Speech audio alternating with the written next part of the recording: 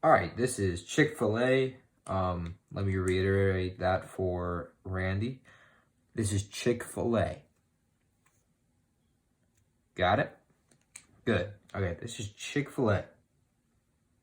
This is how we're set up. A little line across setup with two guys on the high post, the 1, the 2, the 3, the 4, and the 5. In this case, these are our positions for each of these spots. This is the quick hitter for anyone. Reminder, this spot can be played by anyone. We can run this to Ian, we can run this to Thomas, we can run this to Miles, we can run this to Darren, we can run it to anyone on the team. The only thing that will not be run by anyone is this spot right here, which will be run by either me or Bradley, depending on who is handling the ball. Typically Bradley, because Bradley is better at driving and attacking and finishing at the rim than I am, unless he is getting the double screen for the shot. So the ball's up top. Bradley drives at me in this case. And one of the rules in basketball is if anyone drives directly at you, you immediately cut to the rim. So that's exactly what I do. I cut to the rim. If it's there, he hits me for a backdoor layup. If it's not there, which it won't be most of the time, Bradley takes his man down there. So that we have gotten to this spot right here. Bradley's got his guy set up here. And he's waiting for me to go directly at the rim and then come right up down Broadway for a shot right here. Because at that moment, think of the elevator doors closing in, the 5 and the 4, who were originally facing this way, facing the other goal, will pivot, put their 2 feet together, and set a double screen for me to come right through, and my defender to not come through. And this will be open for a shot.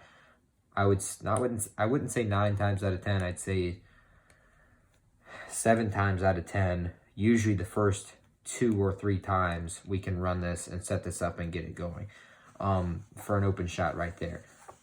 What can happen is we can run that double screen and maybe it isn't open, and on the second or third time Bradley has got his guys set up, and this time he crosses over and attacks directly at the rim. Another option we can run off this, which I can let's say we've ran this play 2 or 3 times already in the game, and we're trying to get a much needed basket at the end of the game. We can set it up to where Bradley's driven over here. I've taken this backdoor cut, and they know I'm coming through a double screen right here for a shot. So what happens is I come up, I take my guy with me, and if he's overplaying me, I immediately take him back, or I cut back to the rim. So I take my guy through, and I go back to the rim for a wide open layup, hopefully, because everyone is going to be up on their man. This guy's going to be out of help position. Whoever's guarding the 3 is going to be out of help position. These guys are going to be up on the high post because the 2 bigs come up to the high post you usually follow. I got a guy right here, and then there's a guy following me. So all I have to do is beat that guy. This is Chick-fil-A. Randy, once again, this is Chick-fil-A, which means you come to a high post. Doesn't matter which one. It doesn't have to be the 5 here. It doesn't have to be the 4 here. They can flip.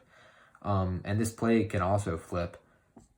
Typically, we run it to the strong side of our ball handler because it's easier to finish on that strong side. But we can run it to this side too, and it'll be the exact same action.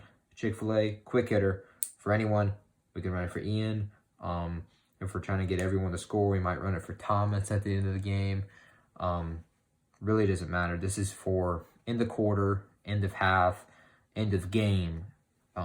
If we need to get a 3 and we haven't ran it before, we'll come to this play and we can get a wide open shot up top for me. Or Bradley can take his guy to the basket.